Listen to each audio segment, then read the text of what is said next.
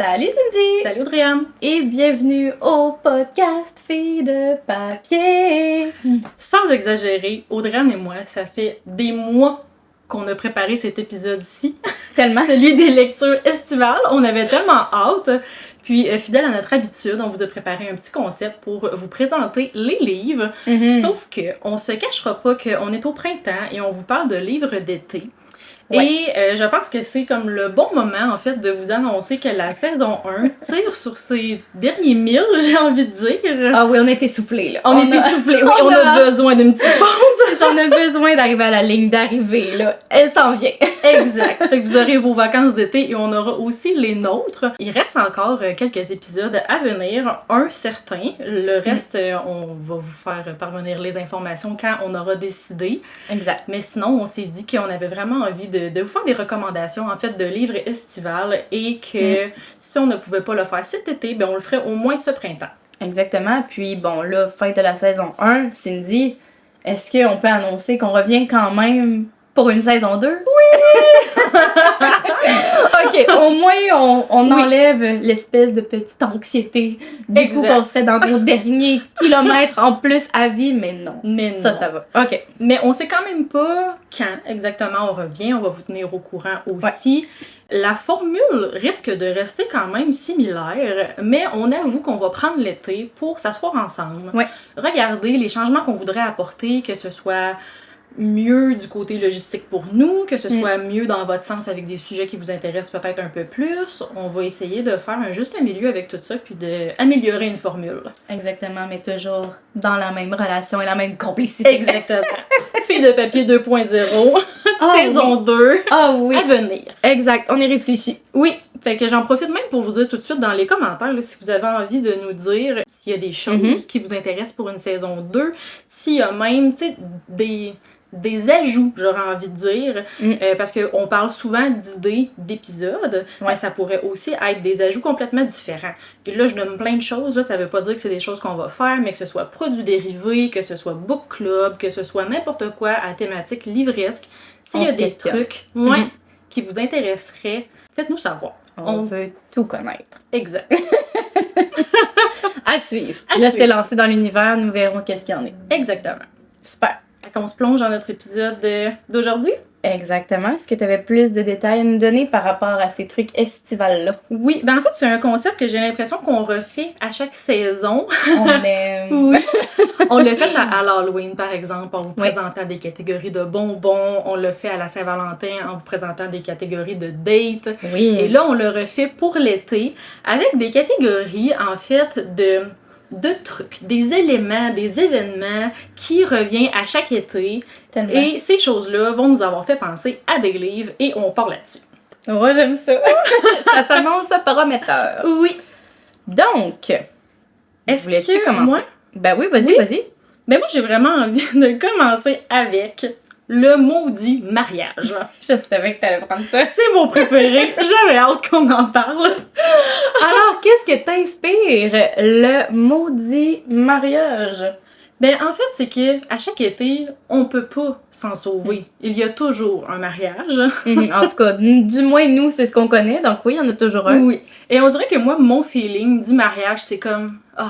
c'est une fin de semaine pendant l'été qui se book et qui n'est jamais tant que ça plaisante. Puis là, je parle vraiment juste de mon expérience personnelle. Oui, est-ce que j'ai jamais été à un mariage de quelqu'un que je connais, d'une amie, ou est-ce que j'ai vraiment envie de fêter et de célébrer cette personne. J'ai vraiment l'impression que tous les mariages auxquels j'ai assisté dans ma vie, c'était tout le temps comme le cousin que j'ai jamais vu, ou genre l'oncle que j'ai vu quand j'avais 2 ans, mais jamais quelqu'un...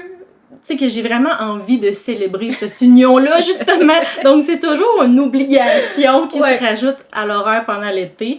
Donc, moi, j'ai un peu été dans cette optique-là. Où est-ce que je me dis, encore ça? Fait qu'autrement dit, c'est quelque chose que tu sais qui va venir, auquel t'as pas le choix de te préparer, de ce que j'en comprends, mais qui te fait pas nécessairement plaisir, là. Ben, c'est une tâche. C'est pas que ça me fait pas plaisir, mais c'est comme une constante. À chaque été, c'est ça. OK. Puis là, j'avais envie de faire un parallèle avec le fait que quand on arrive justement le printemps-été, Ouais. J'ai l'impression que toutes les annonces livresques qu'on voit pour les sorties de l'été, c'est toutes des livres avec, dans le titre, il y a le mot « summer ». Ah oui, tellement! Hein? Ah! Je t'ai même fait une liste de Ben, ce qu'on a eu droit dans les dernières années. Hey, mon Dieu, on est-tu prêt? Il y a, évidemment, « The Summer I Turned Pretty ». Classique. Ensuite, « Every Summer After »,« It Happened One Summer »,« Just for the Summer »,« Oh, mon The Dieu. Summer of Broken Rules ». Oh! Lui, il ressort un petit peu du lot. Quand même! Ah, c'est The bon! Summer Will Be Different, Ouais. One Italian Summer, One Golden Summer. Mm. Et là, j'ai arrêté là parce que déjà là, je trouvais que ma liste était pas mal longue. Honnêtement, je pense que là, tu peux dire que j'ai preuve à l'appui, là. Je veux dire, on peut pas s'ostiner avec ça. Vraiment pas. Mais je suis curieuse, est-ce qu'il y en a un que j'ai nommé que t'as déjà lu? Ben, l'été où je suis devenue jolie, je Ah l'ai oui. lu, là, je sais pas, 15 ans peut-être, là, à peu près. J'ai lu aussi, faudrait que tu m'y sont remontres. Every Summer After, je l'avais lu. Ah, de Carly Fortune? Ouais, exactement. Les autres, je les ai tous vus, Ouais, mais on les a avoir vus, lus... revus et revus, là. Ouais. Non. Non, je pense Non, que hein. c'est pas mal ça. Mais moi non plus, dans le fond. En fait, j'ai lu rien de cette liste-là. Sauf que, à chaque été, je lis un livre qui se passe en été. Ah, C'est comme ma constante. ah. Où est-ce que j'aime ça me choisir des petites romances légères, Ah ouais. printanières, mais si ça se passe en été, c'est un point de plus. Ça. J'aime bien. Quand même, tu te prêtes au jeu. Je me prête au jeu C'est quand même. raisonnable. C'est raisonnable. Oui, j'avoue. J'avoue que j'ai aussi un peu forcé cette catégorie parce que je voulais vraiment te parler Ben là, on est prêts. de A Novel Love Story de Ashley Poston. Ça me dit rien. Ça te dit rien. Est-ce que, ben, peut-être que tu l'as vu passer sur mes réseaux parce que je l'ai lu la semaine passée. Le livre est bleu, très vif, avec une espèce de jaune néon et un rose néon aussi. On a la typographie qui prend pratiquement toute la page couverture. Je vais dire non là parce que j'ai vraiment la tête pleine, mais sûrement qu'à tête Sûrement. reposée, je vais faire genre, ah ben oui, Oui. qu'est-ce que je suis en train de dire là? Mais je te laisse partir parce que là, vite de même, C'est pas, bien pas de parfait. temps là.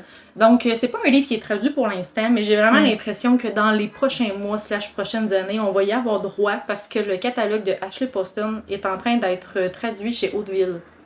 Ok, Donc, j'ai un l'impression que certain c'est à gage venir. de qualité aussi, Hauteville, moi j'aime bien. Aussi. Ouais, ok, Oui. j'accepte. Et pour celles qui aiment avoir une romance, mais avec du réalisme magique, tous les livres de cette autrice ont cette formule-là.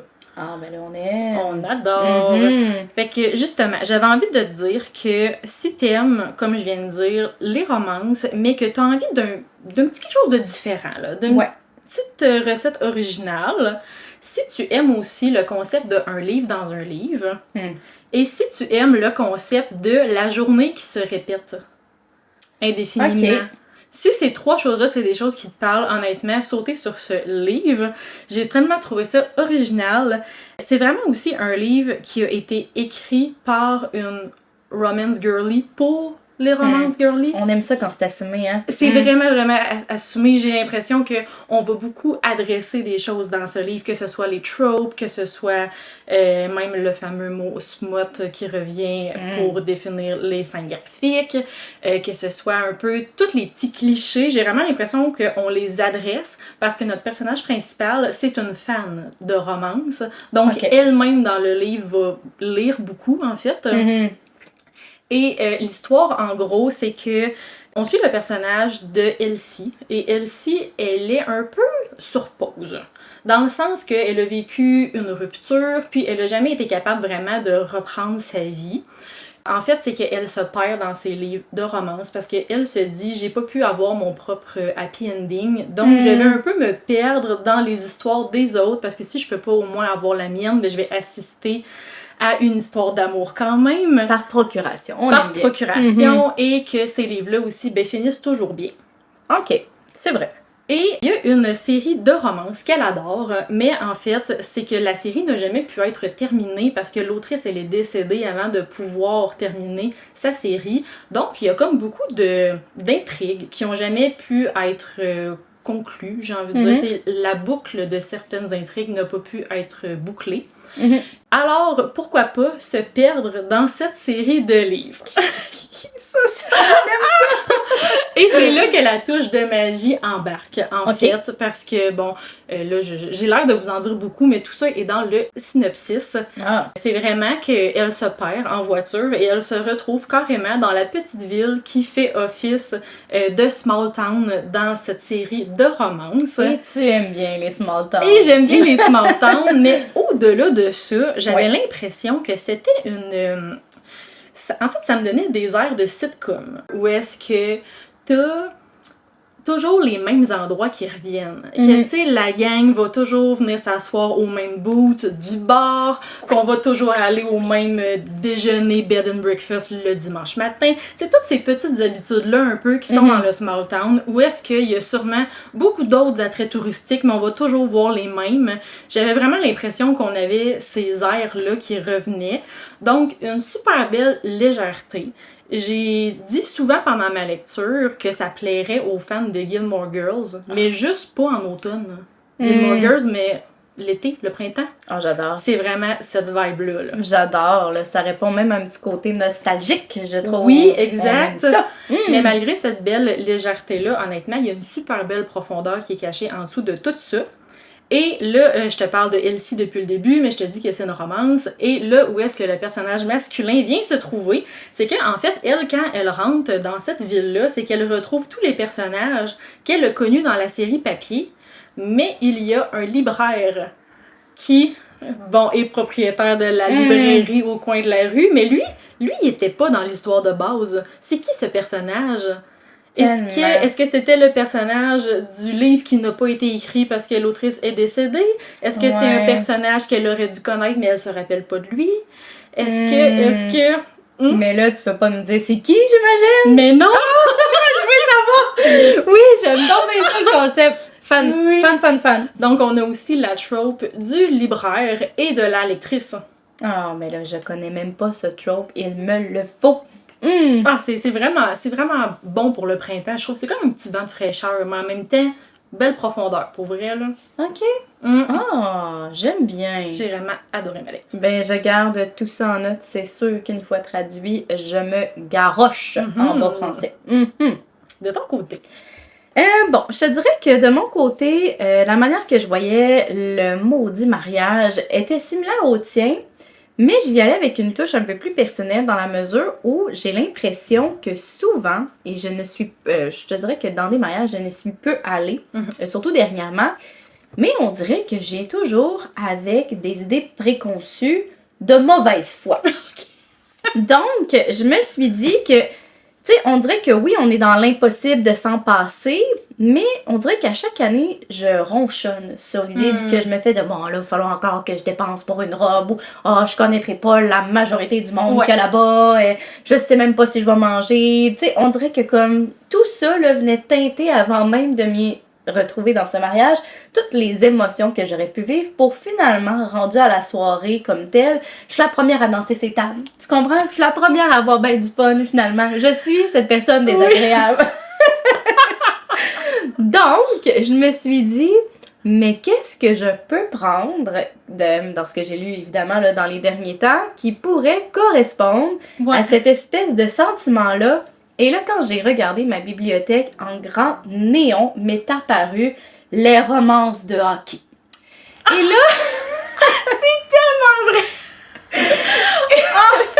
T'es tout le temps la première à me dire, moi, c'est pas mon genre. Voilà.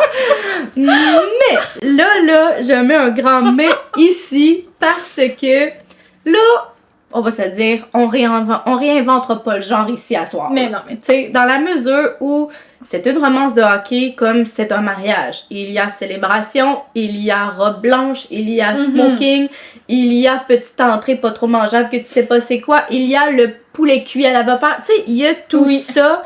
Bon. Le moment de débauche. Exactement, la coupe du gâteau, tu sais, la première danse, là, c'est du connu, du pré-mâché. Bon, mettons qu'on prend tout ça et qu'on le transpose dans une situation où est-ce qu'on vit une romance de hockey, tout est là. Ouais. Mais, c'est le mais qui compte, on oublie cette espèce de charme qui vient souvent avec les mariages d'été.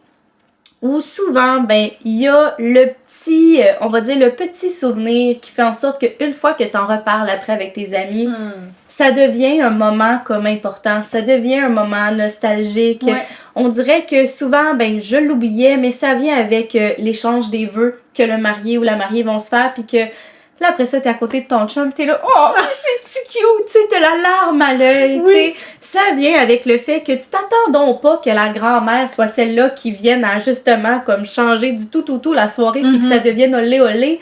Puis on dirait que tous ces petits moments-là qui font en sorte que c'est agréable, un mariage en plein été, ben là, on le retrouve dans la série que je vais te parler. Peut-être que tu m'en as déjà aussi entendu vanter les mérites. Mais on se retrouve avec une série qui s'appelle Vancouver Storm, qui est de Stéphanie Archer, donc une autrice canadienne dans ce cas-ci. Et c'est la raison pour laquelle on peut se permettre d'aller avec une équipe de Vancouver. Et j'ai lu les 2 premiers tomes sur les 4. Donc j'ai lu Behind the Net et j'ai lu The Fake Out.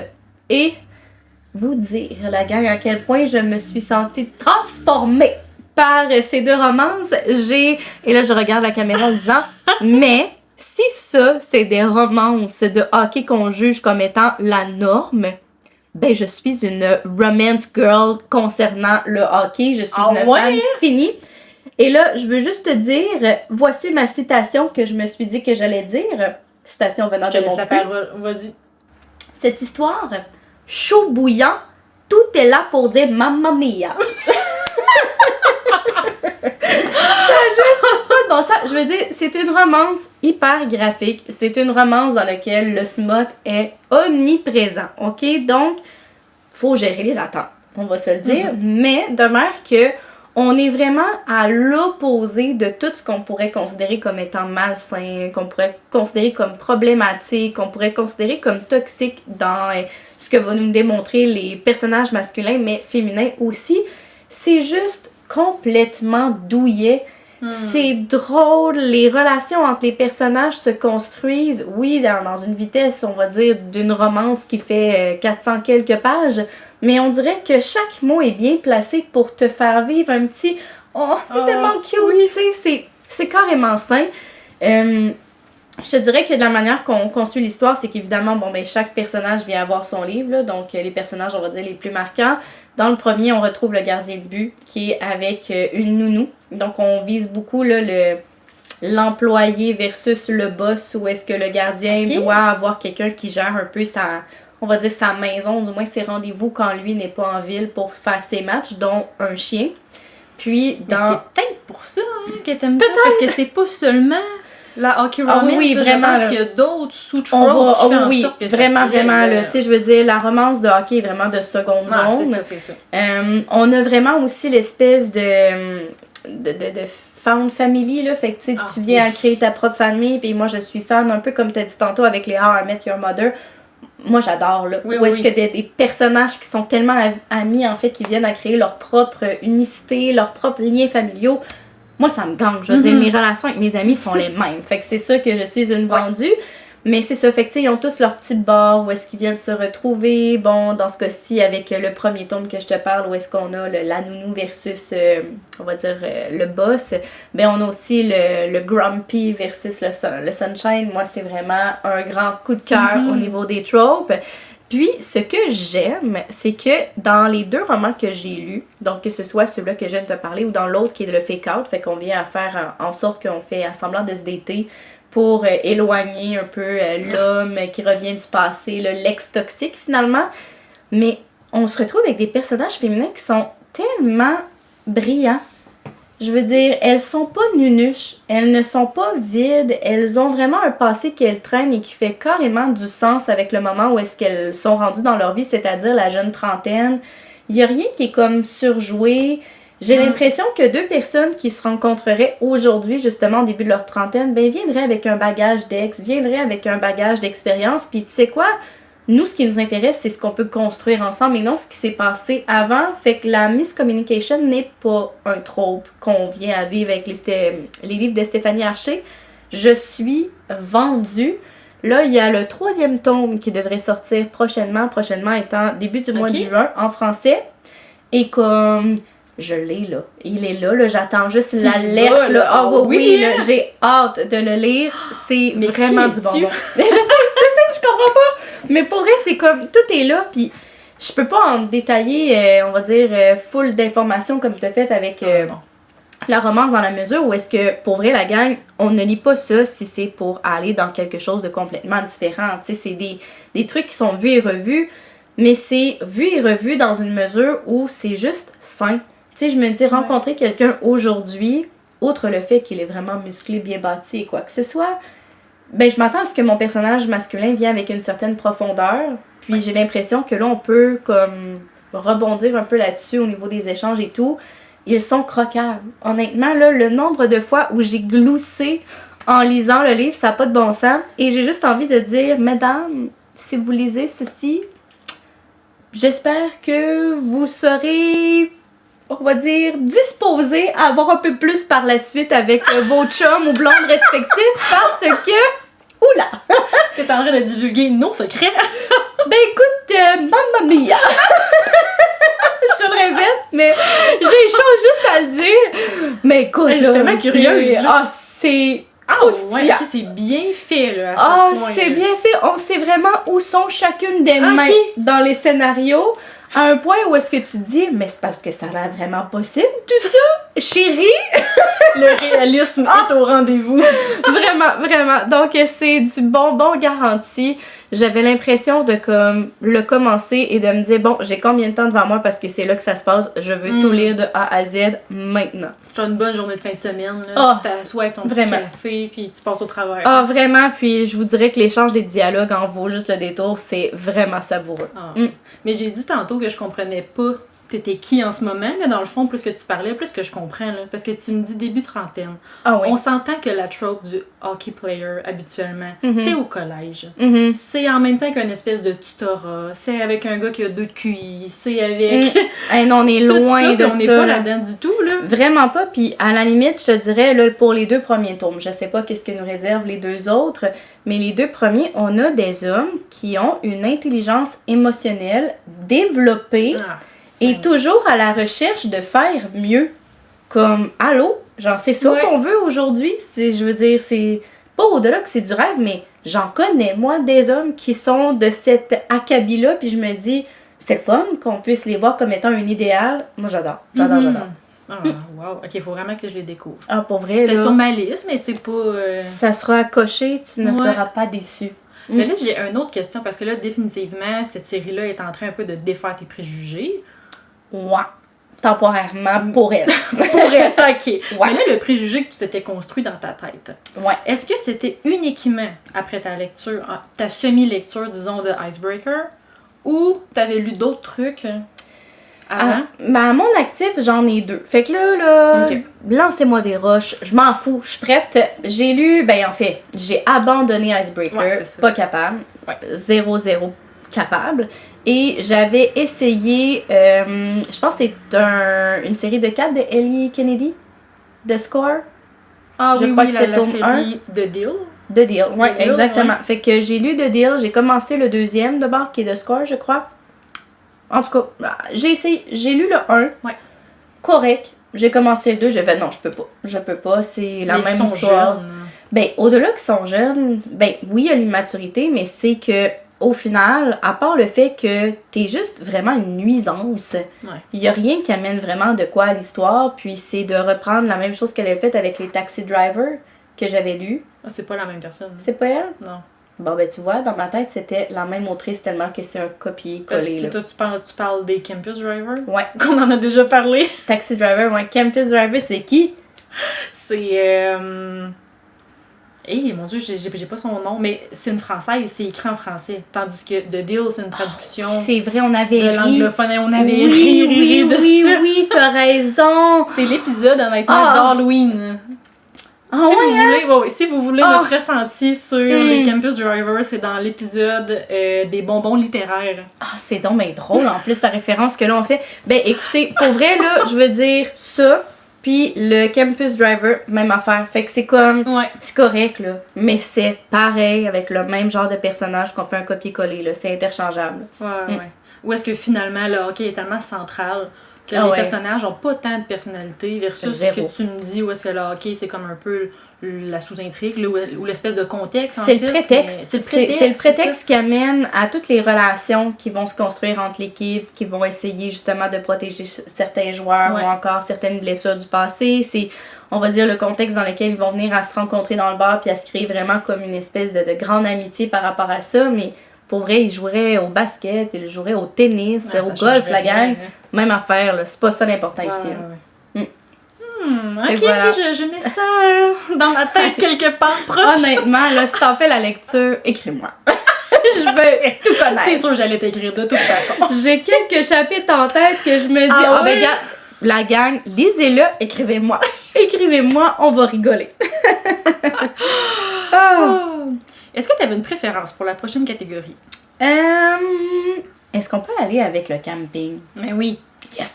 Mais oui. Est-ce que tu veux nous le présenter?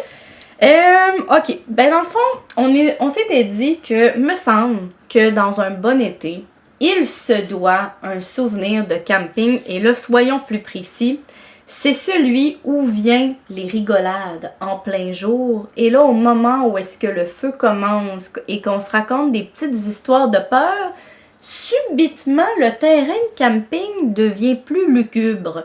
On dirait que moi, ça venait avec le fait de, tu sais quoi, j'irai peut-être pas me rendre jusqu'à la petite toilette là, publique toute seule. Faut En toujours que tu pleine marches nuit. 3 km dans le bois pour te rendre en plus. C'est ça, exactement. Fait qu'on dirait que c'est là où est-ce que, on va dire, l'espèce de concertation où est-ce que il faut que soit compagnie vienne. On dirait que pour moi, là, il y a comme ça comme souvenir de camping, ça n'a pas le choix. Sinon, c'est pas réussi. C'est là. vrai. Puis c'est là où est-ce qu'on se rend compte aussi que la nuit en forêt, il y a beaucoup Ah oui. de craquements de branches, Ah oui. de petits animaux, d'un bruissement de feuilles. Ah oui, Sauf que là, on dirait que tout devient lugubre. exactement. On dirait que On le tout voit comme est, ça. Ouais. tout est à interprétation ici. Oui. Là. Mhm. Ah, j'adore. Je suis la pire poule mouillée. À la limite, c'est moi qui les instaure, là, qui commence en fait là, les histoires de peur. Puis Oui. je suis la première à dire, ah, ben là, On arrête de ça va trop loin, là, c'est plus drôle.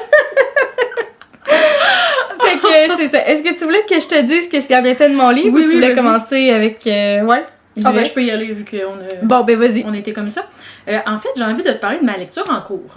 Ah ouais? Je l'ai pas totalement terminée, mais honnêtement, ça s'inscrivait tellement dans cette catégorie-là Ok. que je me suis dit, c'est le bon moment pour en parler. Et c'est Le Temps des sucres de Ah. Martine Desjardins. Je l'ai pas lu, mais je connais l'autrice, mais j'ai pas lu ses romans, mais il semblerait que comme c'est vraiment dans C'est cette vraiment bon. C'est là. bon, C'est t'as vraiment lu ça? bon. là. Honnêtement, Ok. je m'enligne vers un coup de cœur. Ah J'ai un ouais? peu plus de la moitié du livre de lu. C'est un livre très court aussi, c'est 150 pages. On aime ça. Fait que si jamais vous voulez justement une petite lecture horrifique, ça pourrait vraiment être très bien. Mhm. C'est une nouveauté en plus, là, c'est sorti le mois passé. Et vu qu'on est le printemps, le temps des sucres, c'était vraiment le moment idéal pour le lire aussi. Mhm. Mais c'est un livre qui s'inscrit dans le genre de l'horreur folklorique. Et moi, j'étais pas familière avec l'horreur folklorique. Moi non plus, je te dis oui parce que je sais que ça parlait de ça. Parce que bon, je l'ai vu passer comme Au ça sur salon les du réseaux. livre aussi, Exactement. j'imagine, hein, ouais. Exactement. Mais j'en sais vraiment pas plus. Mais il semblerait qu'il est excellent dans le genre. Fait que. Ok, je te laisse je aller. sais pas si excellent dans le genre parce que c'est le premier que je lis, Ouais. mais c'est un excellent livre, point. Ah, j'aime ça. Là, je peux oui. pas vous parler tu sais, de mon appréciation de la finale du livre parce que bon, je n'en suis pas rendue Ouais. là, mais de ce que j'ai lu jusqu'à présent, l'horreur folklorique, là, ça prend 4 ingrédients. Ok. Un contexte rural, de l'isolation, une thématique de religion Ah. et des sacrifices. Oh. Ça prend ça pour créer l'horreur folklorique et Ok. je te dirais que c'est pas mal les 4 piliers qui font l'histoire qu'est Le Temps des sucres.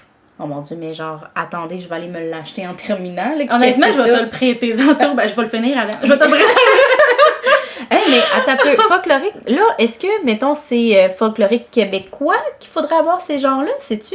Catégorie-là? Ben, c'est vraiment un sous-genre de l'horreur Ouais. littéraire. Fait que Ouais. je pense pas que ça s'applique au Québec, mais ce livre-là particulièrement, on se retrouve dans une petite municipalité du Québec. Ok, Donc, mais oui, pour on qu'il y ait est- le titre, mettons, folklorique, que tu parles justement sacrifice, religion et autres, Ouais.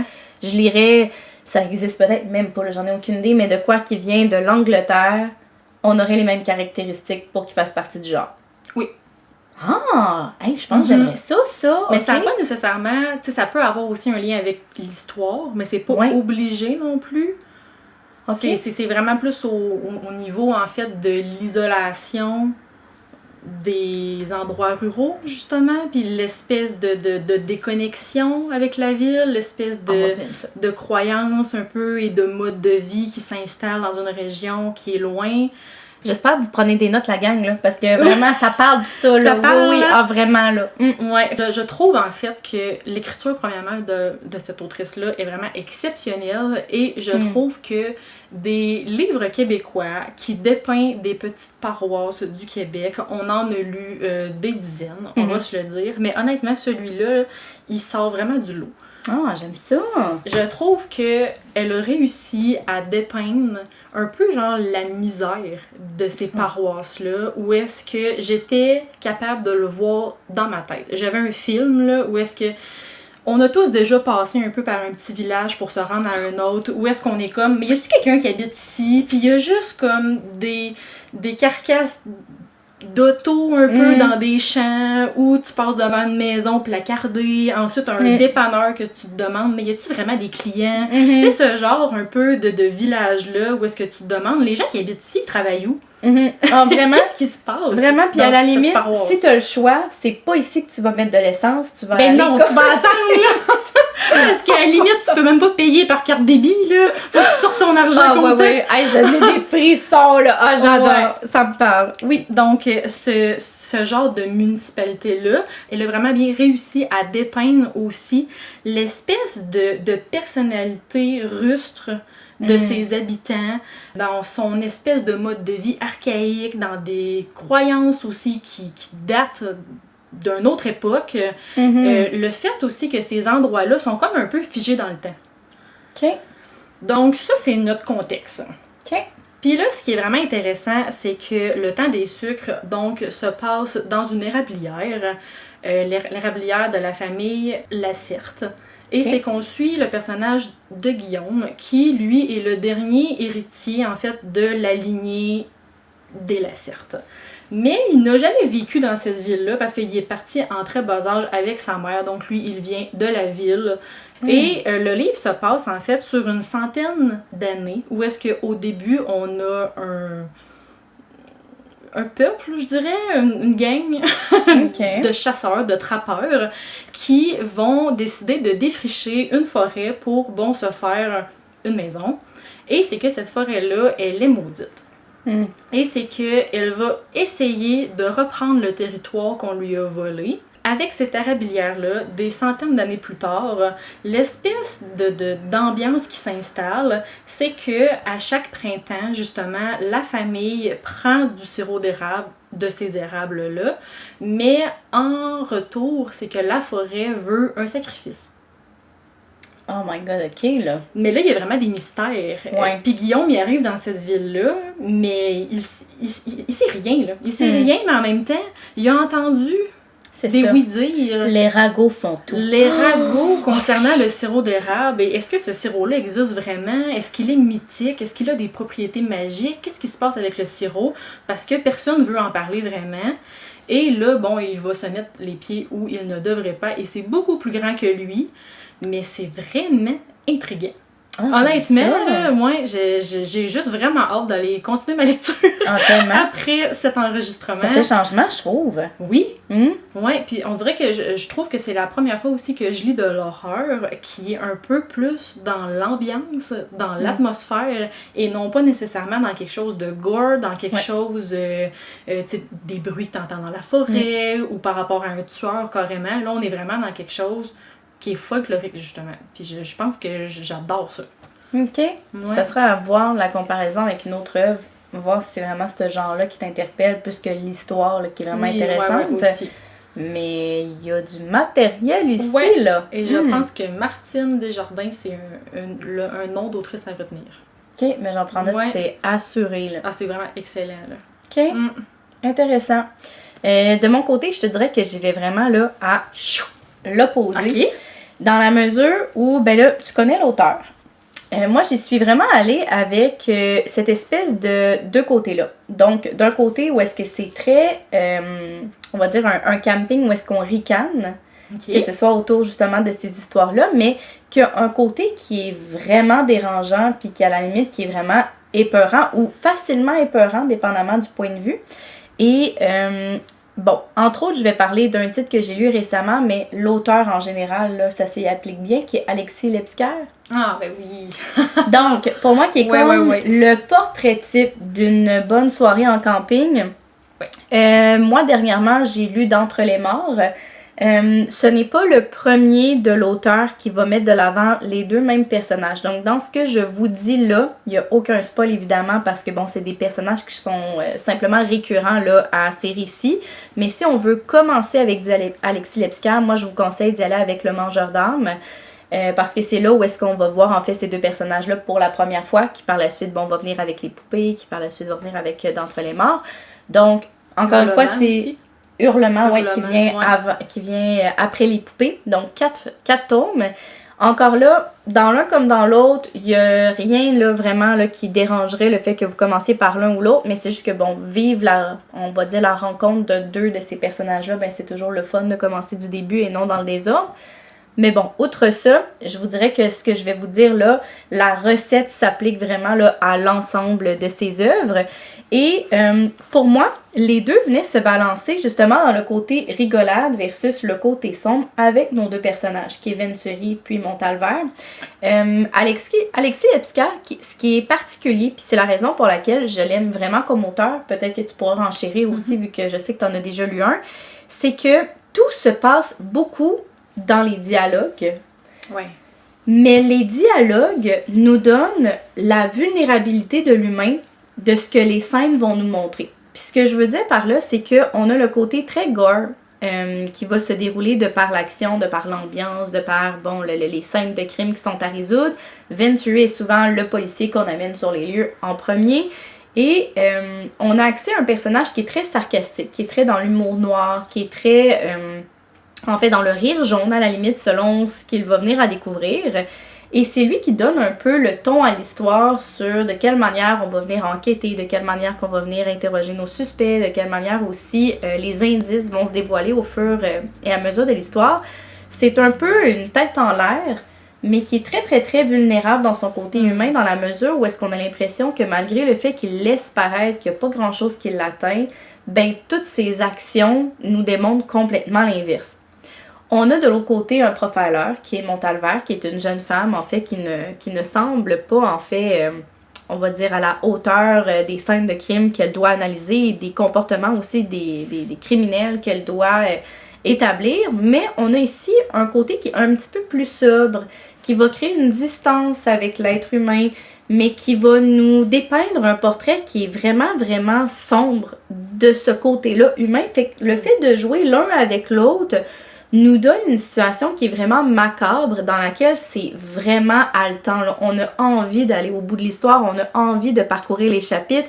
Souvent, les chapitres font à peu près 4 ou 5 pages. On passe après ça à un point de vue différent. C'est vraiment, vraiment chouette comme genre de lecture. Puis je trouve que ça nous donnait vraiment le même thrill qu'on pourrait avoir une nuit ou une fin de semaine en camping ou même en chalet, où est-ce qu'on joue justement avec ce rapport-là d'ombre versus de lumière. Je trouvais que c'était comme le parfait exemple. Tellement. Puis, ce que j'ai bien aimé de son dernier ouvrage, c'est qu'on jouait vraiment avec les différents points de vue. Fait que j'aimais le fait que des personnages prennent la parole sans nécessairement savoir de qui il s'agissait, parce que ça venait ajouter au mystère où est-ce qu'on était là, ok, là je dois retenir certains indices, parce que je suis pas sûre que, mettons, 2 ou 3 chapitres plus loin, je vais me retrouver avec le même personnage.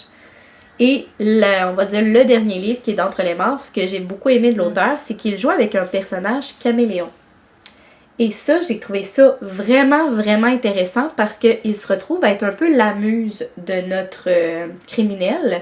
Et cette muse-là prend tellement de formes diverses qu'on ne sait plus c'est le reflet de quoi finalement. Ok. Est-ce que c'est le reflet? Est-ce que c'est le reflet du bourreau? Est-ce que c'est le reflet de la victime?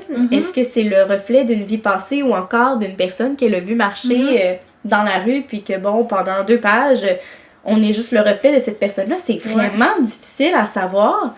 mais ça nous pousse à vouloir toujours aller plus loin dans notre lecture en espérant comme mettre le doigt là, sur le petit élément qui nous manque. Finalement, bien évidemment, comme Alexis Lepska sait si bien le faire, on arrive là au dénouement final qui nous laisse, je veux dire, qui nous scie, c'est ça, exactement, qui nous scie les deux jambes.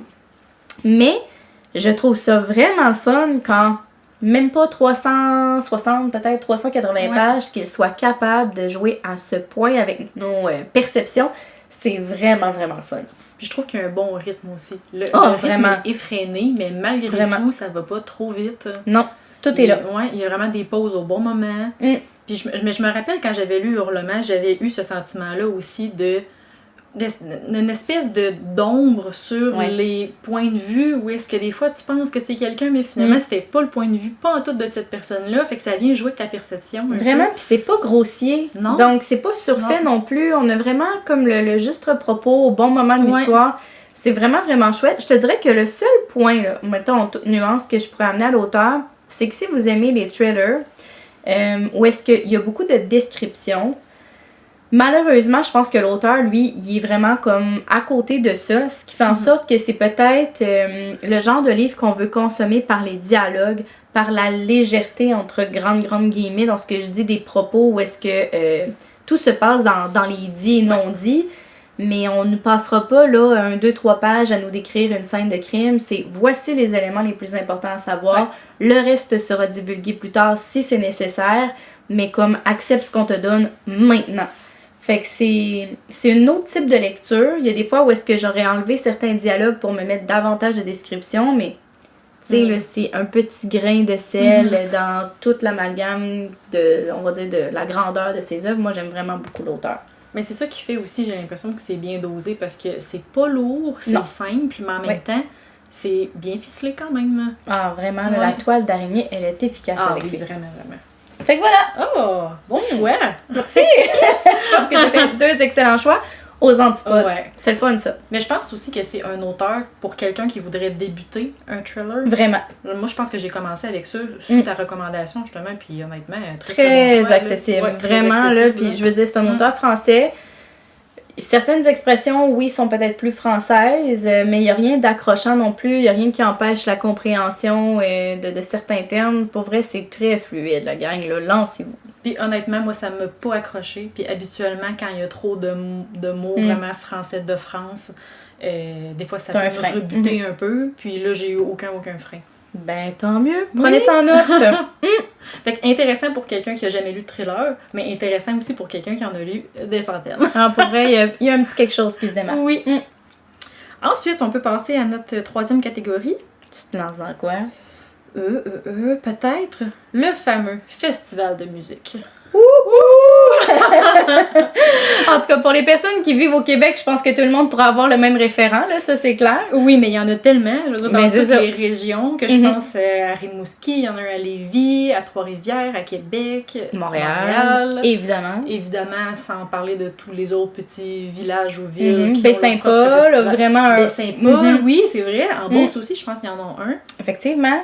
Pour vrai, là, si on veut vivre des bons festivals, il faut venir au Québec. C'est là que ça se passe. Moi, l'idée du festival que je m'étais fait, c'est celui où tu débutes avec enthousiasme et énergie en plein milieu de la journée. Ah oui. Et que tu termines à 2h du matin, vidé et échevelé. Ça peut pas être plus bien démontré que ça. Ça n'a pas de bon sens. C'est toujours ça. Tu passes super tôt, en plein milieu de l'après-midi, pour être sûr de faire la file et avoir une bonne place. Tellement. Tu t'es fait un beau petit outfit, puis finalement, tu reviens chez toi, les souliers dans les mains, le maquillage coulé jusqu'aux joues parce que t'as tellement eu chaud. Ça n'a pas de bon sens. T'es écœurée de parler avec le monde, mais en même temps, t'es vraiment contente de les avoir vus. Pour vrai, c'est intense, hein, les festivals. T'as plus de voix. Tellement. T'as mal à la gorge. Oui. Ah oui. Au bout de ta vie. C'est ta vie. Bon terme. J'aime ça, oui. Donc, moi, par exemple, j'y ai été dans une optique pas aussi joyeux qu'un festival de musique, mais j'y ai vraiment été dans l'expérience que je viens de te décrire. Donc, tu vas débuter le festival en plein milieu de l'après-midi avec plein d'entrain. Donc, tu vas débuter ton livre en plein milieu de l'après-midi avec plein d'entrain, justement, de débuter une nouvelle lecture. Mais dans à peu près le même laps de temps qu'une soirée de festival, t'as le temps de le débuter, de le terminer, et tu le finis à 2h du matin, absolument vidé. OK. J'y étais dans cette optique-là. Mais c'est une lecture en continu, là. Oui. Oui. Une traite. Parfait. Qu'est-ce que tu vas nous sortir? On dirait que j'ai aucune idée. Ben, c'est une lecture en plus que j'ai lue avec toi sur le même sofa, qui est Terrasse de Laurent Godet. Ah, ben oui. Godet? Ouais. Non, Laurent Godet. G-A-U-D-E, ouais. Oui, Godet. Et il y a un sous-titre aussi à ce livre-là qui est Terrasse ou notre long baiser si longtemps retardé. C'est un livre très court de 130 pages. Ouais. Donc, quand je vous dis qu'il se lit d'une traite, honnêtement, c'est vraiment ça. C'est le genre de livre que tu lis une fois. Tu le lis pas 2 fois ni 3 fois, tu le lis une fois dans ta vie et c'est bien assez. Mais c'est aussi le genre de livre que tu lis, puis jamais tu vas en relire des comme ça. C'est le genre de livre aussi où la beauté et l'horreur se côtoient tellement de façon collée, que ça en est déstabilisant. Ouais. Fait que quand je te dis que tu le finis vidé, c'est que tu le finis vidé d'émotions. Pour ma part, j'ai pas versé de larmes, mais je connais beaucoup de personnes qui l'ont lu et qui étaient vraiment comme vidées avec leur boîte de mouchoirs, littéralement. Oh mon Dieu, ok. Aussi échevelé dans le sens un peu comme étourdi d'avoir vécu cette expérience de lecture-là, c'est qu'on se retrouve à Paris et c'est le début du beau temps en fait. Donc c'est les premières terrasses. Les cafés du coin commencent à sortir, les tables, on voit donc les personnes qui, bon, après le travail vont aller faire un petit 5 à 7 ou une petite sortie. C'est peut-être une journée banale pour certaines personnes, mais pour d'autres ça peut aussi être le début d'un nouvel espoir, j'ai envie de dire. On le sent qu'avec le début du beau temps, c'est aussi un espèce de sentiment de renouveau qu'on peut ressentir. Et toute cette beauté-là, en fait, que le beau temps amène, vient vraiment être détruit par un acte terroriste. Donc, il n'y a pas vraiment de personnage principal à ce livre-là, c'est qu'on vient vraiment suivre plein de points de vue différents, et c'est pas non plus un chapitre par point de vue, c'est un paragraphe par point de vue. Donc, on alterne, mais on reste quand même au même endroit. C'est juste événement. Ouais. C'est juste qu'on le voit par les yeux de différentes personnes. Et c'est que c'est ça. Il y a un gang de terroristes qui va parcourir la ville, qui vont faire différents endroits. Donc, ils commencent par les dites terrasses pour ensuite faire un bout de chemin et continuer leur acte d'horreur. Et ça me terrifie, ça. Ça n'a pas de sens. Ouais, quand tu prends 2 secondes, là, ça me terrifie. Ben oui, parce que aussi, ces personnages-là ne se doutaient pas de ce qui comment, allait arriver dans les prochaines secondes. Là. Dans quelles circonstances peux-tu t'imaginer d'éviter? Ouais. Donc c'est ça, et c'est vu de point de vue de tellement de personnages différents, que ce soit la victime, mais que ce soit aussi les proches à la maison qui attendent des nouvelles de ces victimes-là, que ce soit les employés d'urgence, donc ambulanciers, policiers et tout ça. On dirait que, moi pour ma part, je pense que c'est ces points de vue-là qui m'ont le plus marqué, parce que je me dis tout le temps, tu sais, ces gens-là sont formés pour ça, mais il y a l'humain derrière le policier, l'humain derrière l'ambulancier, que lui, quand il retourne chez lui le soir, reste avec ses souvenirs-là, reste avec ses regrets, cette impuissance.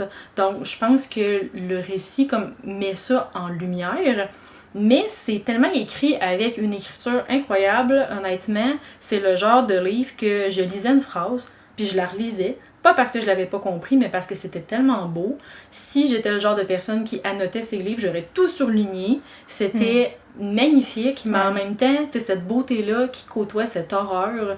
C'est corrosif. C'est vraiment une expérience spéciale. Fait que c'est pour ça que je te dis, tu la commences plein d'entrain et tu la finis vraiment vidée. Ouais. C'est je te dirais un bon parallèle quand même. Là. On dirait que c'est propre à l'auteur aussi. Il y a comme souvent tendance à y aller dans ce sens-là. Là. C'est vrai que toi, tu le connaissais avant. D'un seul que j'avais lu à l'Uni qui était Chien quelque chose. Là. Ah, Chien 51? Oui, exactement. Okay. Puis c'était... En tout cas, ça m'avait donné le même genre d'émotion. Là. Fait que super intense. Puis que plus ça va, puis t'es là... Ça va loin, là. Mais j'avais vraiment trouvé ça marquant et tout. J'ai aimé ça. Mais je l'ai lu une fois. Ça me suffit. C'est ça. Mais c'est dur de revenir dans ce genre de lecture-là aussi, j'ai l'impression. Ça prend une pause. Ouais. Mais ça change la perspective aussi sur des trucs réels qui ne sont pas nécessairement dans ton quotidien, mais qui sont le quotidien de quelqu'un d'autre au final. Oui, je comprends. Ouais. Que j'en suis encore marquée. Ça fait 6 mois, là. C'est pas nécessairement une lecture coup de cœur parce que je pense que ça n'a pas été assez long non plus. Tu sais, un 130 pages, c'est l'instant de quelques heures, même pas. Mais ouais, c'est à lire une fois, pas deux, Ok. une. OK, ben on prend note.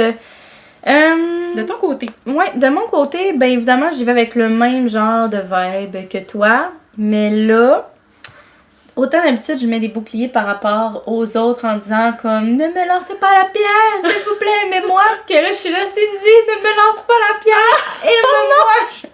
Qu'est-ce que tu vas me dire? En fait, on en a déjà parlé un peu, mais sans que tu saches que j'allais le mettre là, dans la catégorie, évidemment. Mais L'ombre des dieux Ah, ouais. Oui, vas-y. de John Gwynne. Oui. On va se le dire, nommons-le, j'ai vraiment aimé mon expérience pour maintes et maintes raisons. D'abord parce que c'était la première fois que je me lançais dans un fantasy, un epic fantasy finalement. C'est la première fois que je découvrais l'auteur, c'est la première fois que je me lançais dans quelque chose qui était plus par rapport à des légendes nordiques et à la mythologie aussi qui s'y rattachait. C'est la première fois que je me lançais dans, on va dire, un texte où les origines de la culture nordique, c'est ça? Nordique? Nordique? Norse. Norse. La mythologie norse. Ok, bon, mais c'est la première fois que je me lançais aussi dans quelque chose où un glossaire était à la fin du livre pour me permettre de comme bien comprendre. Fait que, tu sais, faut mettre tout ça là, en place quand même. Mais c'est vraiment le genre de livre qui me fait penser à un festival où est-ce que tu as envie d'aller voir, tu sais, ton artiste préféré. C'est-à-dire, pour moi, le fantasy. J'adore ça, vraiment. Ouais. Mais ça vient avec, tu sais, la première partie, la deuxième partie, pour ensuite avoir la dernière partie que t'es là. Là, c'est parce que c'était censé être à 9h. Là, il est rendu 9h45, puis c'est pas encore commencé.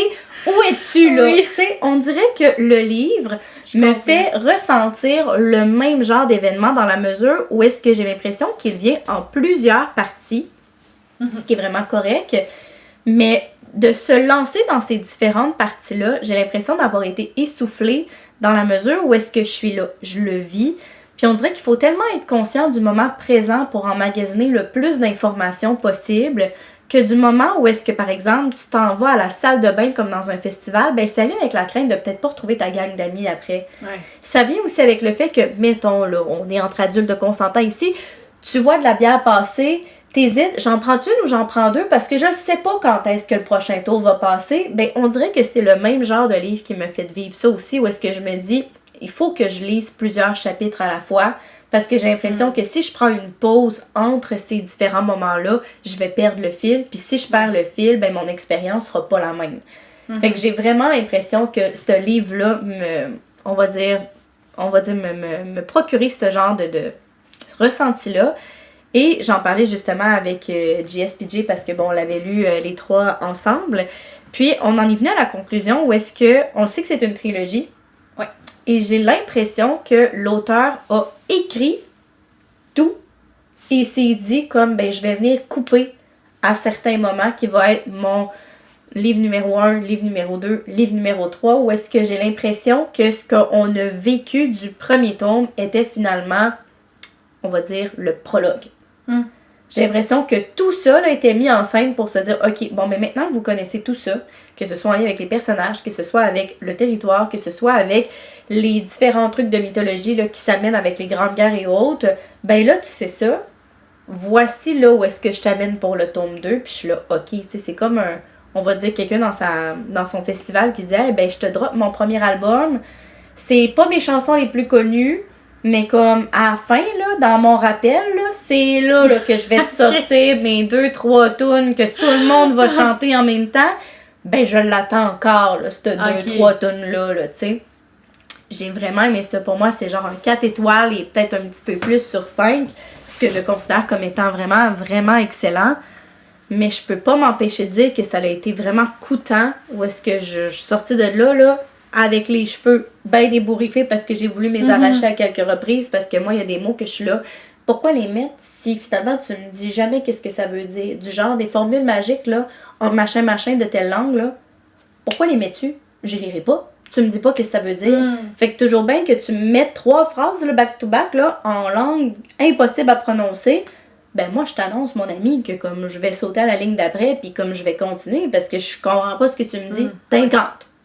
vas-y, incantons, puis passons à autre chose. Fait que, tu sais, on dirait que c'est dans les petits détails de même que je suis là, c'est une chance qu'on est arrivé tôt parce que, on pourrait avoir l'impression qu'on a mal au pied.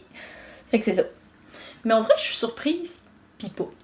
Dans le sens que je sais que t'as aimé le livre, que tu lui as donné 4 et plus, je veux dire, je remets pas ça en question. À la limite, je pense même qu'on a une appréciation similaire. OK. Ce qui me surprend, c'est que, mettons, les points que tu relèves, c'est le cas aussi de bien d'autres livres. Puis ça a passé comme du beurre, mettons. Ouais. Comme, tu parles d'un glossaire, ça t'a vraiment pesé, là. Mais il y a un glossaire dans tous les livres de fantasy qu'on lit. Peut-être, mais c'est que je pense que ma culture générale, mettons, de monstres, on va dire, est assez complète. Fait que tu peux te permettre de pas les lire, puis comme... Exactement. Mais le fait d'aller dans de la mythologie norse, fait que de toucher à tout ce qui est nordique, que ce soit, c'est niaiseux, là, mais il y a des fois où est-ce que je parlais à Alexis, il me disait genre, ben oui, c'est ça, puis je suis comme, mais ça, c'est dit où, ça? Genre les trucs berserksters, là, des berkesters ou je sais pas quoi, genre c'est ça, des trucs d'ours. J'ai jamais fait le lien, moi. Lui, c'était comme bien évident. Je suis là, moi aussi, c'était évident. Fait que c'est peut-être pour ça que il y a comme un jus de cerveau que j'ai pas eu à mettre, que t'as peut-être eu besoin de mettre.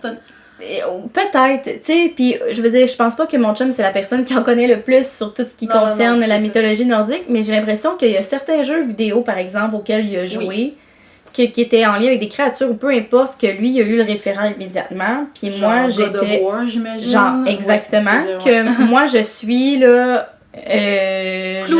oui, c'est le bon mot ici.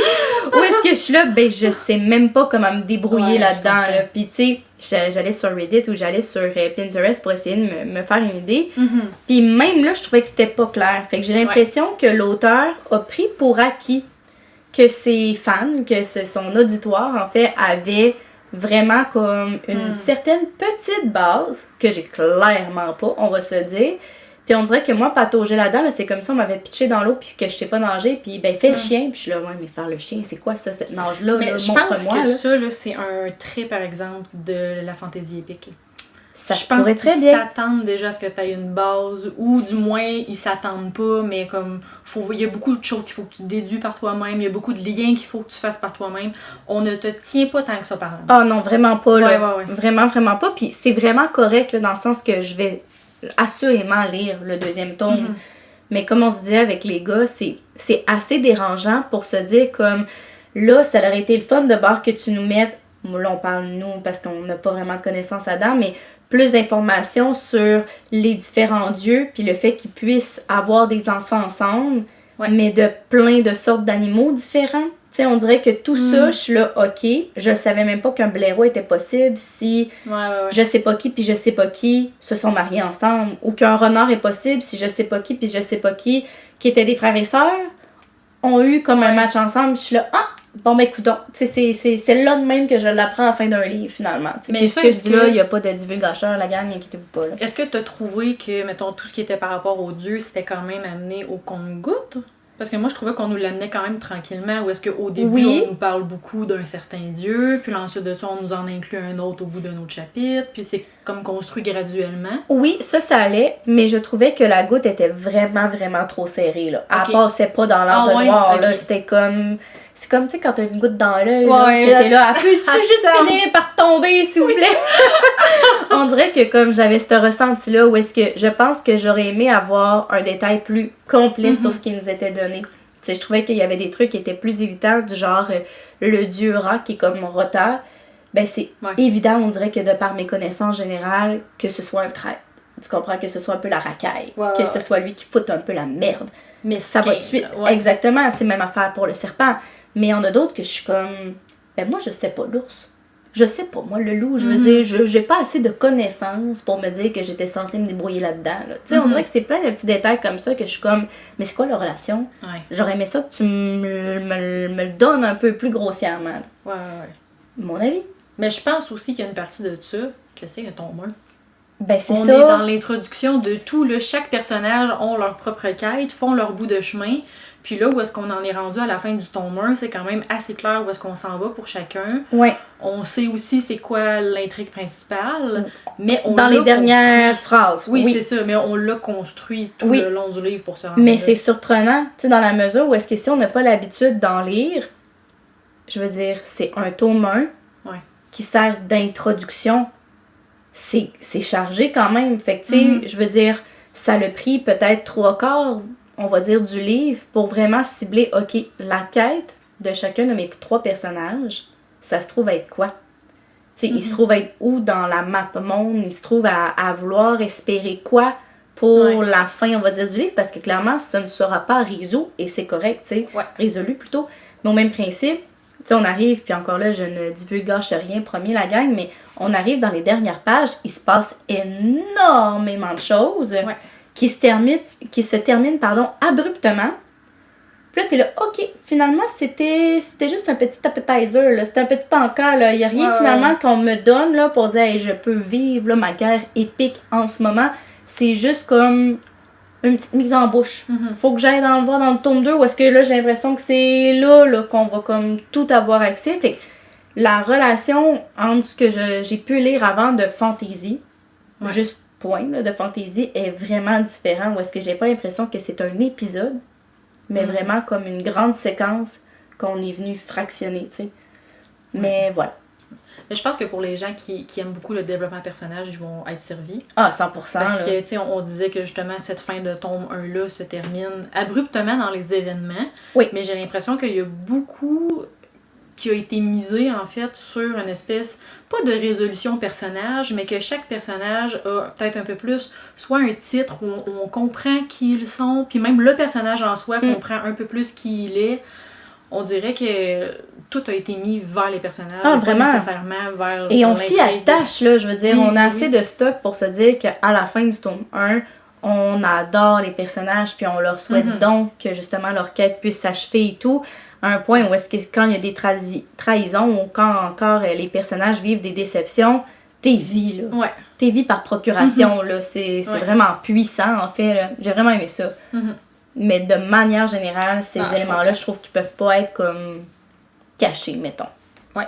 Puis je pense qu'il y a beaucoup de tes irritants aussi qui sont comme une conséquence du fait que c'est de la mythologie norse, puis que ça te demandait peut-être un effort. Ah, totalement. Parce que tu me parlais, par exemple, c'est parce que pour vous faire une petite mise en scène, là, c'est qu'on suit vraiment comme 3 lignes différentes avec 3 personnages principaux qui ont leur propre quête dans les 3 coins du royaume. C'est que tu me disais que tu trouvais qu'il y avait beaucoup de personnages. Oui. Tu trouvais que les prénoms, par exemple, se ressemblaient un peu tous. En fait, c'est ça, je trouve, le problème. Ouais, c'est ça. Vraiment. Mais là. c'est vraiment comme de la phonétique viking, c'est des consonnes. Puis c'est correct, là, mais comme d'être mis à ça, tu sais, je me Ouais. dis, là, tu me donnes un glossaire, tu me donnes une map, il est où mon arbre généalogique, mettons? Il est où, genre, mon truc par clan, où est-ce que lui, là, pas besoin de le retenir, blablabla, là, impossible à prononcer de toute façon, il meurt à page 3. Pourquoi tu me le dis? Pourquoi tu le nommes alors que son voisin qui est là jusqu'à la fin, ça prend 18 ans avant qu'on dise... On dirait que je suis là, aidez-moi s'il vous plaît à comprendre! Mais c'est ça. Mais on dirait que ça, j'aurais pas pensé que ça t'aurait irrité parce que on dirait que moi, je fais beaucoup le parallèle entre L'ombre des dieux et le 3e tome du Trône de Verre, qui est Keleana de Sarajimas, où est-ce que ce 3e tome-là, justement, on est tellement dans une optique que là, il y a plein de personnages, ils ont chacun leur quête dans des coins du royaume, ils ont chacun un peu leur faune family à eux. Il y a des dizaines de personnages, puis j'avais pas eu l'impression que ça t'avait causé problème. 0, sauf que la différence, c'est que j'ai eu un tome 1 pour m'habituer à Keleana, à Dorian, à Kale, au roi, tu sais. Tout est venu comme progressivement, c'est que là, tu me donnes 3 clans, mettons grosso modo, à peu près, avec toute leur hiérarchie qui viennent avec leur clan d'origine. Tu me rajoutes à ça la politique, tu me rajoutes à ça des enfants perdus, tu me rajoutes à ça la mythologie des dieux et de la guerre, qui ont aussi leur nom, qui ont aussi leur propre truc. Dans Keleana, une épée est une épée. Dans l'ombre des dieux, c'est un sacramax. Ou scaramax, ou je sais pas quoi. Je sais plus. Ça a dû me prendre 18 chapitres avant que je me rende compte que c'est un petit couteau. Surtout qu'ils ont 18 armes, qu'ils ont genre 18 noms différents. Tu sais, je veux dire, je me l'imagine avec une grande cape. Ben non, il y a un tricot de laine. Tu sais, je suis là, genre, non, mais c'est parce que là, branchez-vous. T'as un chapeau, t'as pas de chapeau. On peut-tu Il dire. a une grande cape. Mais c'est un chapeau. Mais c'est ça, ou tu sais, pourquoi tu me dis que c'est. Au lieu de me dire que c'est de la laine de mouton, je comprends que c'est pas des moutons. Mais donne-moi un référent. Oui. Là, tu me donnes une laine de je sais pas quel machin, puis je suis là. Mais c'est quoi ça? C'est une créature? Ouais. C'est un. Tu sais, on dirait que c'était tout le temps une espèce de point d'interrogation à chaque fin, où est-ce que j'ai l'impression d'habitude que je lis avec un film en tête. Ah ouais, Puis non, là, il est difficile le film. J'avais des taches noires un peu partout, puis je suis là, bon, à un moment donné, j'imagine que je vais comprendre c'est quoi ton casse de poêle, là, mais c'est ça. Je comprends. Voilà. Mais lisez-le, la gang, il en vaut la peine. Ça vaut la peine, là, ouais. Mais vous allez finir échevelé à, c'est ça, à 2h du matin en 2 sortant heures du du festival. Exactement. Tes souliers vont sentir un peu la bière. Tu as une pellicule de sueur un peu partout sur toi. T'as traversé le continent. Oui, c'est ça, exactement. Mais tu vas être bien content d'avoir pris quelques photos. Fait que ça va être ça. Mais écoute, je suis supposée lire le tome 2 bientôt. Là. Je pourrais te dire si je trouve que ça se place, si... Ouais. Mais je pense qu'il y a aussi le fait que moi, je venais de faire une relecture. Ouais, ça doit aider. La relecture a vraiment aidé. Là. Il y a plein de trucs que j'avais pas captés à la première lecture. Que là, je suis comme, mais oui. Mais en tout cas, ça sera à suivre, mais c'est sûr qu'on va lire le tome 2. Ouais. Mais c'est ça. Fait que voilà. Tu devrais pas trop tarder, par exemple. Hein, non, mais c'est ça que je disais au gars, là. Oui, mais c'est ça que je disais. J'étais là, on se calcule parce que je vais tout oublier, là. Il était bien d'accord. Fait que ça devrait venir au courant de l'été, genre. Mais c'est ça. Parfait. Hey, fait que dernier petit? Oui, on a une dernière catégorie. Il y a juste Audrey-Anne, par contre, qui a une proposition. Écoutez, j'en ai skippé une, mais c'est pas grave. Mais c'est bien correct. Oui. On l'avait appelé notre... Ben, tu veux-tu au moins la dire? Ah, ben oui. Donc, c'était la catégorie des étoiles filantes. C'est bien ça, hein? Exactement. Donc, c'est bon une fois. J'espère que tu as ouvert les yeux au bon moment. J'ai hâte de voir dans quelle optique tu le saisis parce que je pense que ça peut soit être dans une optique c'était bon dans le temps, j'espère que tu l'as saisi à l'époque où c'est sorti et que ça pouvait être encore bon et que là c'est passé date. Ok, non, On dirait moi je le voyais comme ça. Ah, c'est intéressant, tu vois, moi je le voyais vraiment comme étant on fait quoi quand on voit une étoile filante? C'est ça. Puis on espère qu'il fonctionne là maintenant. Oui. Parce que si tu le fais pas maintenant, il est trop tard. Fait que, tu sais, on dirait que moi, j'y suis allée avec un livre sur lequel j'avais beaucoup d'attentes, que je fondais en fait des espoirs, et qui s'est terminé positivement, ou est-ce que ça s'est exaucé. Oh, j'aime ça! Puis que je me dis, c'est le genre de livre que tu lis une fois, pour plein de raisons, mais que t'es donc contente de l'avoir fait parce qu'il s'est bien présenté, puis il a conclu de la bonne façon. Fait que c'était ça, finalement, de la manière que je le voyais. Vas-y. C'est un livre seul, fait que c'est un one-shot d'une autrice qui semblerait être assez connue en France. Moi, c'était la première fois que je venais en lire un, qui est de Christelle Duchamp, qui est Où tu seras reine. Ah oui. Donc, c'est un thriller qui s'apparente, je vous dirais, à un drame domestique. J'en avais déjà parlé dans un autre podcast parce que j'étais en train de faire la lecture, fait que je vais passer très très vite sur le résumé. Mais on a une jeune femme de 25 ans du nom de Maude qui est aux prises avec un trouble de schizophrénie diagnostiqué et qui a une relation très de proximité, là, donc en symbiose avec sa mère, donc une relation qui est parfois même, je dirais, malsaine. Et sous les recommandations de son psychiatre, on demande à Maude de s'éloigner de sa mère dans sa relation pendant quelques jours, le temps que les deux s'habituent à ce nouveau type de vie-là, parce que Maude a le souhait, ou du moins espère très fortement, devenir, on va dire, plus adaptée à la société et poursuivre son travail, s'assurer que comme tout va bien, qu'elle devienne plus autonome, etc., etc. Maude, un bon matin ou un bon soir, peu importe, reçoit un appel de sa maman qui l'oblige à retourner sur les lieux. Là, ce que je vous dis là, ce n'est pas un divulgateur parce que c'est vraiment dans le résumé du livre, en fait, où sa maman lui dit de manière très confuse « Je l'ai tué ». Et là, Maude se sent vraiment très, très, très coupable de la situation parce qu'elle se dit que c'est le fait qu'elle a voulu s'éloigner de sa mère qui l'a amenée à commettre quelque chose d'irréparable. Sa mère qui devait être hyper bouleversée. Donc, Maud prend la décision de ne pas suivre les recommandations de son psychiatre, vu ce que sa maman est en train de vivre, pour retourner à sa maison de son enfance, pour parvenir à aider sa mère. Et là, ben, tout déboule. Ce que j'ai vraiment, vraiment aimé du livre, puis pour vrai, la gang, j'en ai lu là, des thrillers de mille et une manières, avec mille et une intrigues finales, avec mille et un retournements inattendus. Et ce que j'ai aimé de cette histoire-là, c'est que l'autrice nous laisse observer un peu un ciel étoilé en se disant « il arrive quand? Ça vient quand? Me semble que c'est un peu long. Me semble que comme je voudrais là, le voir passer. Ah, c'est-tu ça? C'est-tu vraiment là, l'espèce de petit filament que je viens de voir passer ou non? » Tu sais, on est toujours en espèce de recul où est-ce qu'on se dit « ben là, ça vient-tu? Oh, on nous donne ça. Hey, j'avais pas pensé à ça. » On dirait qu'on est toujours dans cette espèce de récapitulatif-là où est-ce que ça nous donne matière à réflexion tout au long de l'histoire. Puis je trouve qu'avec un thriller, on a rarement l'occasion de se questionner réellement sur ce qu'on est en train de lire. Parce qu'on nous dit dès le départ que Maud est schizophrène. Puis on dirait que ça vient avec une espèce de préconception de se dire, oui, elle est médicamentée, mais est-ce que c'est on va dire, un personnage fiable?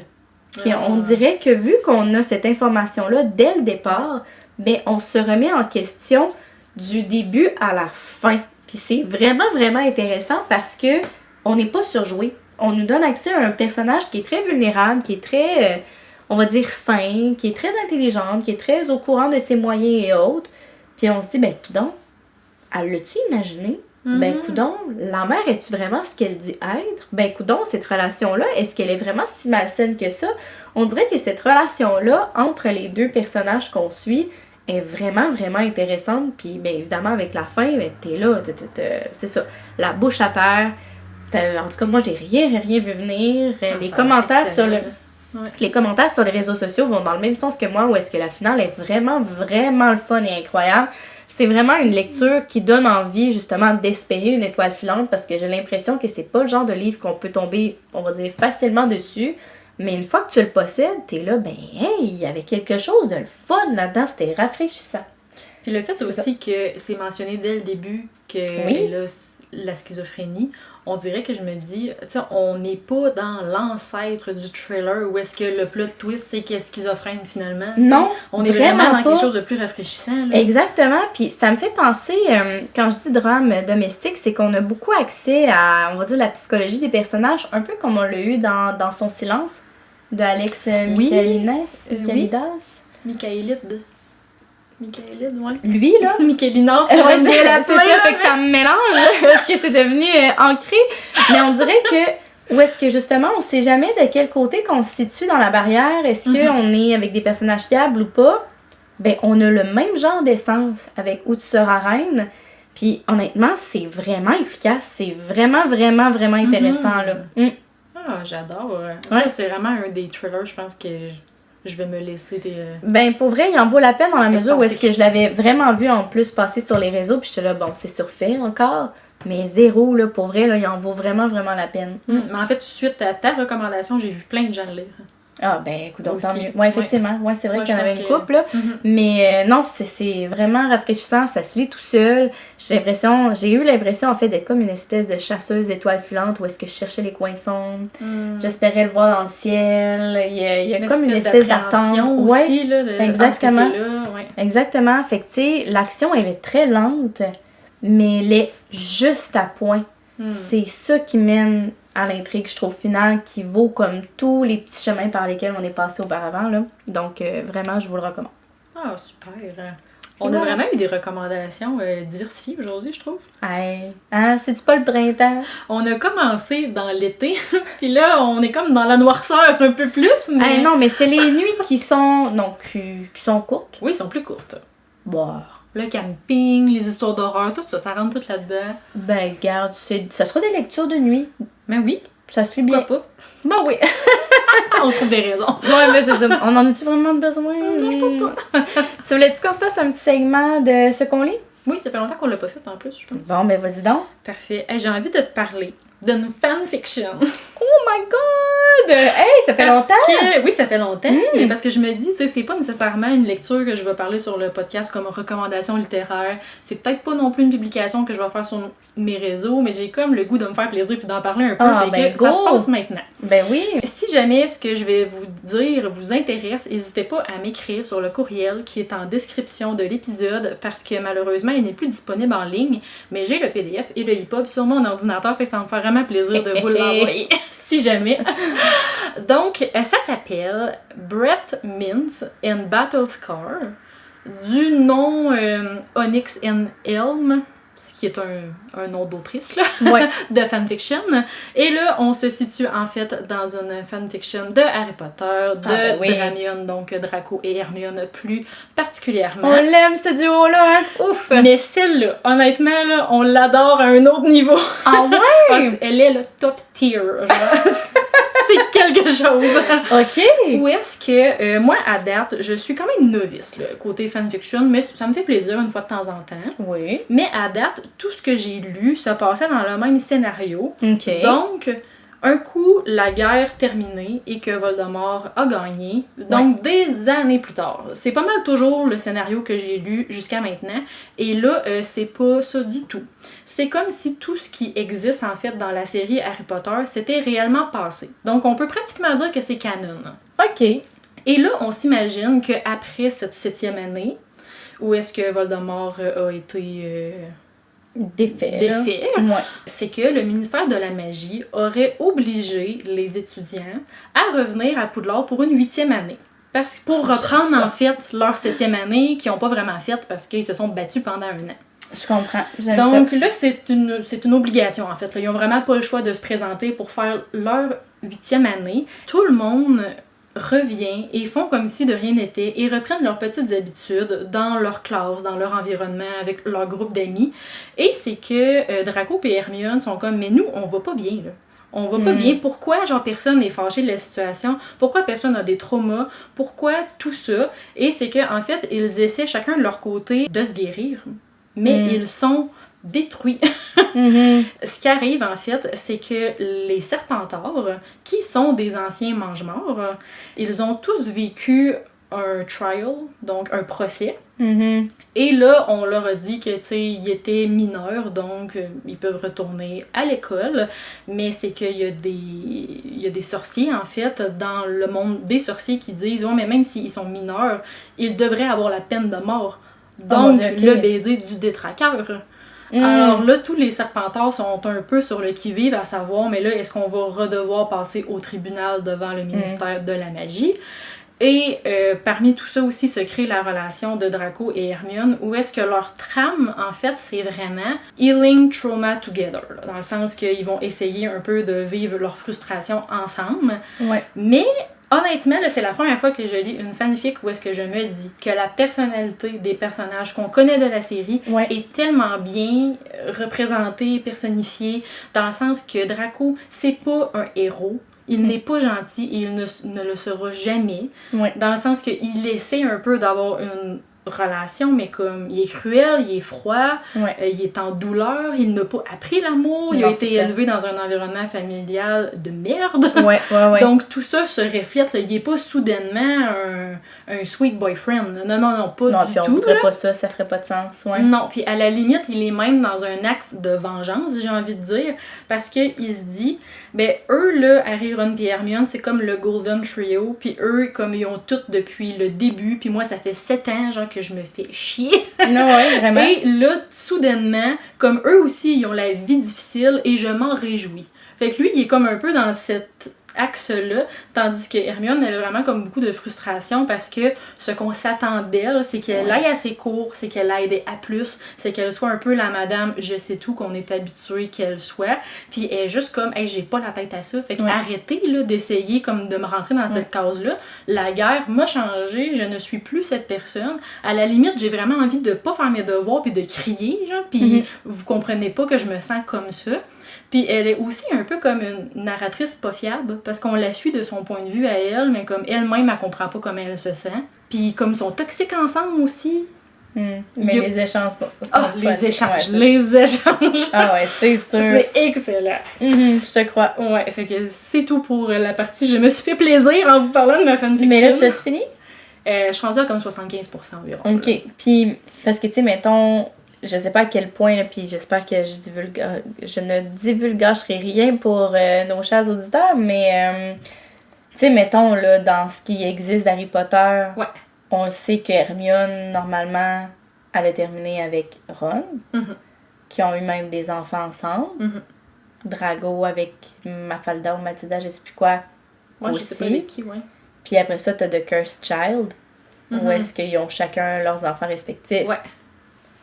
Fait que là, est-ce qu'on aurait Mais déjà... on enlève ce bout-là, en fait, là. OK. Parce que Ok. on est vraiment après la guerre, où est-ce que, oui, Hermione a embrassé Ron quelque Ouais. part en 7e année, là. Ouais. Mais elle s'est dit, ben coudonc, j'ai attendu ça toute ma vie. Pendant toute ma vie, je me suis dit que j'allais faire ma vie avec Ron, puis comme on s'est embrassé, puis je l'ai pas senti finalement. OK. Fait que ça veut dire que toute la partie après de Cursed Child, c'est comme si ça n'existait pas. Non, c'est ça, on n'est pas rendu là dans la chronologie. D'accord. OK. Fait que, ouais, dans le fond, prends tout ce que tu connais de Harry Potter, sauf les 19 ans plus tard. OK. Comme, arrête-toi quand Le reste Voldemort existe. est OK, je comprends. déchu, en fait. OK. Ouais. Ah, Ah, mais c'est bon. Je te sens déjà vendu. J'aime ça. OK.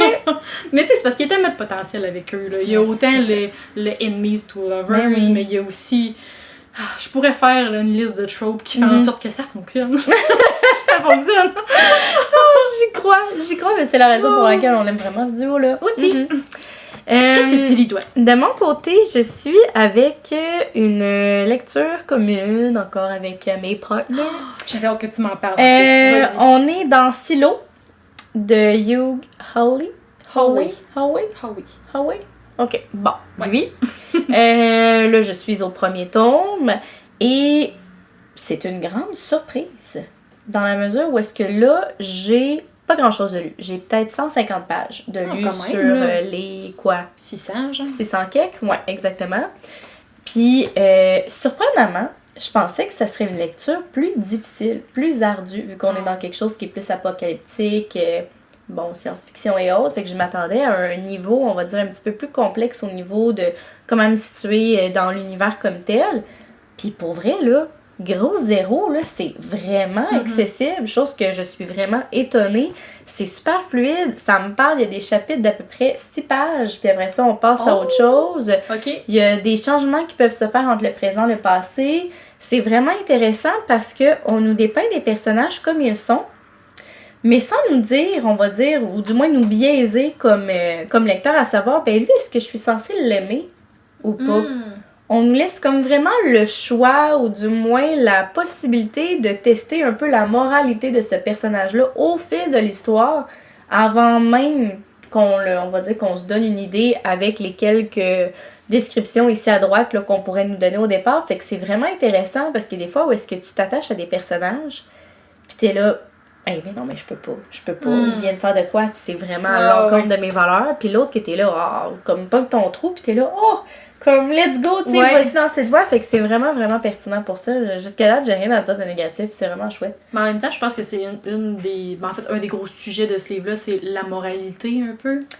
Fait que le fait que tu sois un peu ambivalente comme ça avec des personnages, puis que tu sois toujours un peu entre deux feux, ça fait du sens quand même. Là. Oui, vraiment. Puis je te dirais que la coche de plus que je trouve intéressante, c'est que on nous propose une forme d'enquête.